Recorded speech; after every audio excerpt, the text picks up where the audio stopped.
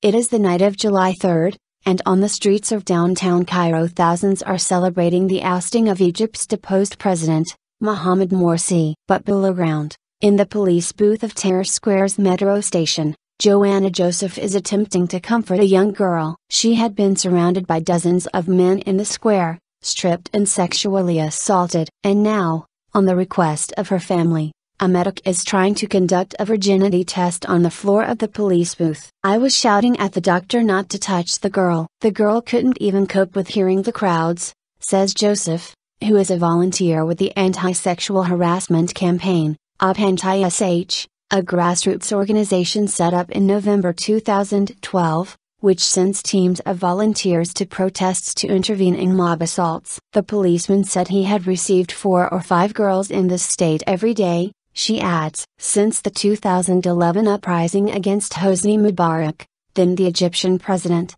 attacks like these have become an epidemic in Tahrir Square, the site of many of the protests. And in the week surrounding the ousting of Morsi, 150 such cases were reported. Many others, of course, go unreported. The level of violence involved is often extreme. In January, 2 teenage girls were raped with knives. 30-year-old musician Yasmin El-Baramawi, who was attacked in Tahrir Square last November, describes the pattern. Men surround the woman, rip off her clothes and then perform manual rape, while an outer circle fends off anyone who might try to help her with sticks, blades and belts. "They were taking photos of me and laughing," Baramawi says. "They pinned me naked to the hood of a car and drove me around." The speed, efficiency and ferocity of the attacks imply that they are orchestrated, and many believe they are used by political factions as a tool to deter women from protesting while simultaneously discrediting demonstrators. But the fact that the assaults occurred under Mubarak,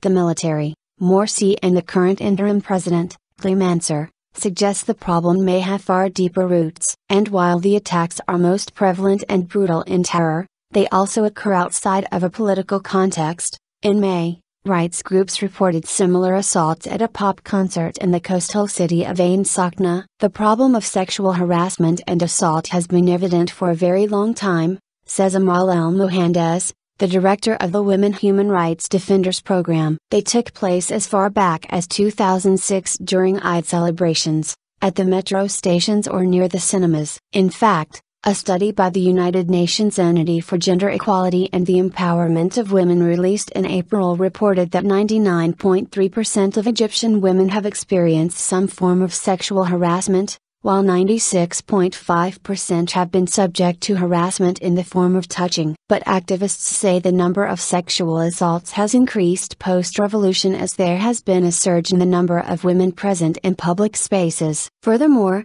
El-Mohandes says, as society is more brutalized, people are increasingly expressing themselves through violent actions. Blaming the victim, increased opportunity and a traumatized population, however, does not fully explain the extent of the problem in Egypt. And the language used to describe the assaults reveals just how deeply embedded the problem is. The word tahrish, which means harassment, was only adopted in the context of sexual assault in the last decade. Instead, people used to say flirtation, mo'aksa. They sugarcoated the problem, explains Mariam Kirolos, a women's rights activist and volunteer with OpAntiSh. The use of the term flirtation rather than harassment implies a consensual act, and contributes to an already entrenched culture of blaming the victim, as women are perceived to be somehow complicit. Consequently, answering back is widely considered inappropriate in Egypt, and can, in some instances,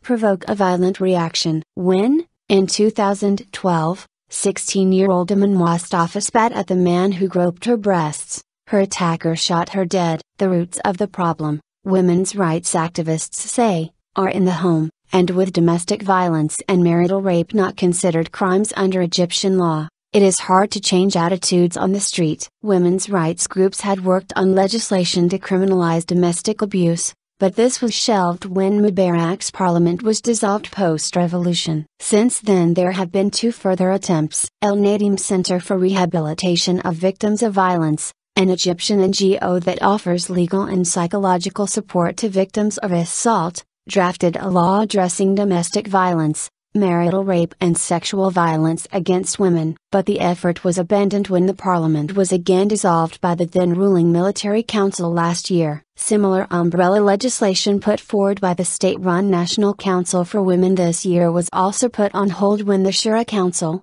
Egypt's upper house of parliament, was dismantled after Morsi was ousted. Egypt is never stable enough for us to introduce these draft laws, explains Farah, a psychologist and researcher at Al Nadim Center. As it stands, under Egyptian law, sexual harassment is not criminalized, and rape by objects or hands is only classified as assault. Shash says young boys are rarely reprimanded by their parents for harassing girls in public, and that it is not uncommon to see children speaking inappropriately to women as they mirror the adult behavior around them. Often, families will just laugh, she says. The issue is not addressed on schools either, where the curriculum reinforces traditional gender roles. You'll see textbook examples of girls helping their mother in the kitchen, while the boys are with their fathers at work. It sets this idea in kids' minds that women are meant to be at home, and men on the streets. Shash says these attitudes contribute to a sense that men have power over women, who in turn become commodities. Activists say women are dehumanized, their bodies can be tampered with, explains El Mohandes. A culture of impunity. There is also a culture of impunity at the state level, with assailants rarely facing any consequences for their actions. Baramoy filed a joint complaint with 6 other women about their sexual assaults in Tahrir before the Qasr El Nil prosecution in March. Prosecutors were reportedly cooperative, but they had no evidence. They kept asking women to identify their attackers, an impossible request with such large mobs. And, according to Hebel Maraf, the Egypt director of Human Rights Watch, the security forces compound the problem. Both the police and the military have been involved in sexual violence against women. They get away with it, so there has been no accountability, she says, noting that the military conducted forced virginity tests on female demonstrators in March 2011. El Mohandes says it has become socially unacceptable for a woman to even enter a police station because of the fear of being sexually harassed. Successive governments have failed to prioritize fighting sexual violence against women. The problem is always postponed until the political situation settles down, notes Maraf. In February, on the one occasion that sexual assault was addressed by the Human Rights Committee of the Shura Council, members of the council blamed women for the attacks in Tahrir, suggesting that they should not attend protests. One committee member from a Salafist party, Adela Fifi, even declared, "The woman has 100% responsibility. For the sake of women and the sake of this country, this violence cannot continue." Inji Goslan, Anti-Sexual Harassment Campaign spokesperson, activists are pushing for streetlights to be placed in locations like Tahrir and are requesting that dedicated security forces units be set up to tackle the problem. But these are just partial steps. This is not something that can be addressed from a piecemeal approach. It has to be a comprehensive strategy on behalf of the government, Maraf says. In the meantime, volunteers in grassroots campaigns are left to plug the gaps. The male and female volunteers at OpAntiSh not only attempt to rescue women from sexual assaults,